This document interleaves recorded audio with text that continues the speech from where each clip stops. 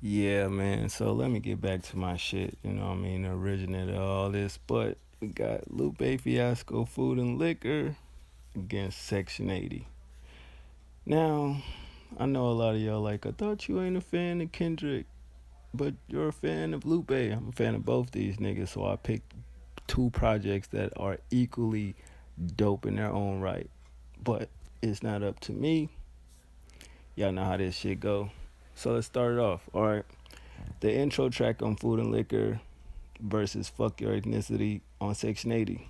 Honestly, that gotta go to Kendrick because he actually has a song. You know what I'm saying? Even though what Lupe was saying or had on the intro was kind of, enlightening and letting you know a lot of things about the history of, liquor stores and everything like that, Kendrick takes that.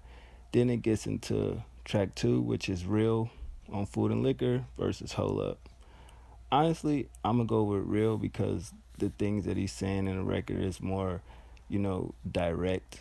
Other than what Kendrick is saying on Hold Up, it's still a good song, but I just feel like the melody carries that record.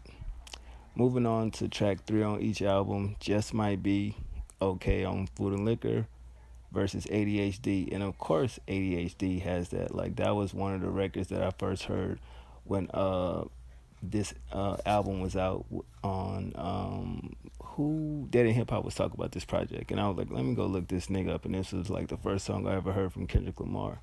So moving on to track four, we got Kick Push versus No Makeup, Her Vice featuring Colin Moreau, and honestly, it got to go to Kendrick because I just feel like that's an actual good topic to talk about with women feeling like they're not beautiful unless they have on makeup. You know what I mean? And I was just talking about this shit on Snapchat. And Kick Push kind of was just like, I didn't like it when it, first came out. Moving on. We got I Got You Off Food and Liquor versus Tammy Song, Her Evils. And call me biased, but I Got You. That was my shit. Now, lyrically, it's not better than Tammy's song, but it's a more of a fun song in a way. You know what I mean? So it's about what I like more. Definitely got to go. I Got You. Going into track six off each album, Food and Liquor got the instrumental. Chapter six go off Section 80, and this is where it gets a little bit strange for me. You know, trying to remember them without having to go back to the albums. You know what I mean? Um, I'm gonna have to go and say Chapter Six. I do remember that song vividly, and the instrumental I think was a track before on Food and Liquor that I was kind of like, it's okay. You know what I mean? I think lyrically, Kendrick kind of got this one in a bag anyway. Moving on to number seven on each album, Food and Liquor got He Say She Say versus Ronald Reagan era. Definitely Lupe. Just that story alone, I can identify with. It's a mother talking to the dad of a kid about spending time with his kid, and then the second verse is the son explaining to the dad why he's failing in school. Great goddamn song, and I definitely could relate to that. You know what I mean? Shout out to my dad, wherever the fuck he at.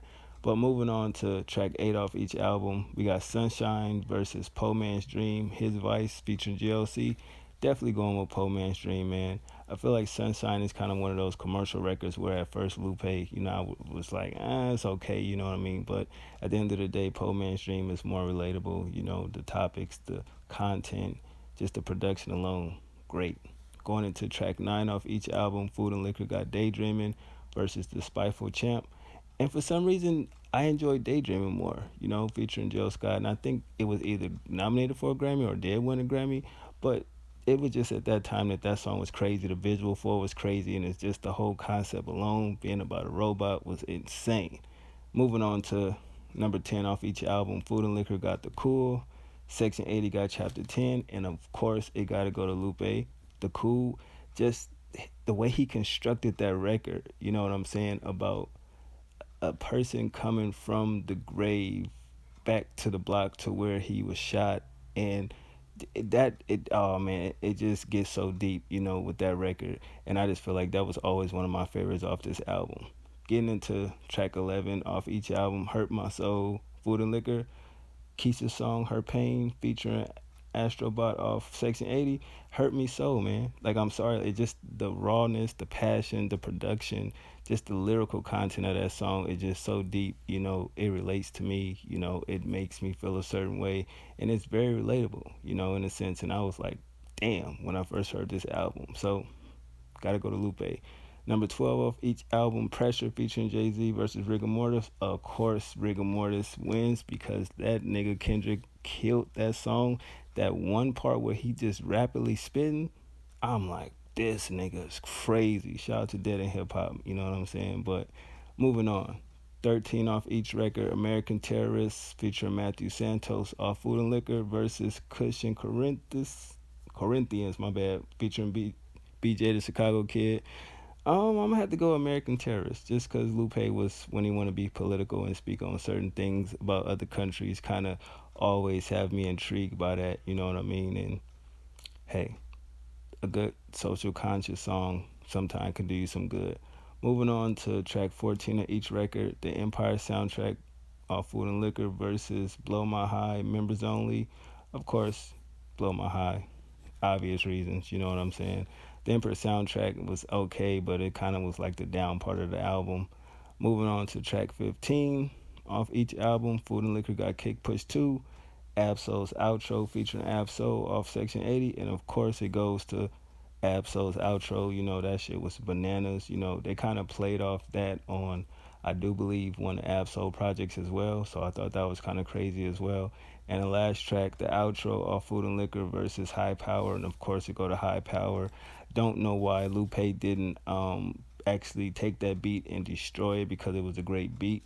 But overall, man, I have to say out of 1, 2, 3, 4, 5, 6, 7, 1, 2, 3, 4, 5, 6, 7, 8, 9 songs, I do believe, that I enjoyed more out of Kendrick album. So at the end of the day, lyric wise, they're even, but for enjoyment value, I definitely feel like Section 80 beat, I'm not gonna say it beat Food and Liquor because we know that Food and Liquor is a fucking classic. But far as, when you really look for the songs that actually have structure, actually have content in them with the body of work, Section 80 definitely stands the test of time. But Food and Liquor is a fucking classic. So don't sit here and be like, oh, you say you're a Lupe fan, you saying that Food and Liquor is better than, or Section 80 better than Food and Liquor. No, it's just to see, for if you just throw the album on, you know what I mean? Which one would you want to listen to? And if you did throw it on, which songs would you catch? Would you listen to the whole body of work? Or would you just have certain songs that you would go to? Because some motherfuckers will buy an album or won't buy the album, listen to it, and pick one song off the shit out of 17 records. But, I actually buy records. I buy the whole joint. But I'm just saying from a listening session, if you just sat back and throw the album on, which one is more enjoyable? Because you got to be, at least me, got to be in certain moods to hear certain records. But definitely, man, Section 80, got this one. Maybe I'll do another Lupe joint. You never know, but y'all let me know out of Food and Liquor, Section 80, what's your top 5 songs off each album. And if you don't agree with my list, let me know why. I'ma holler at y'all. One.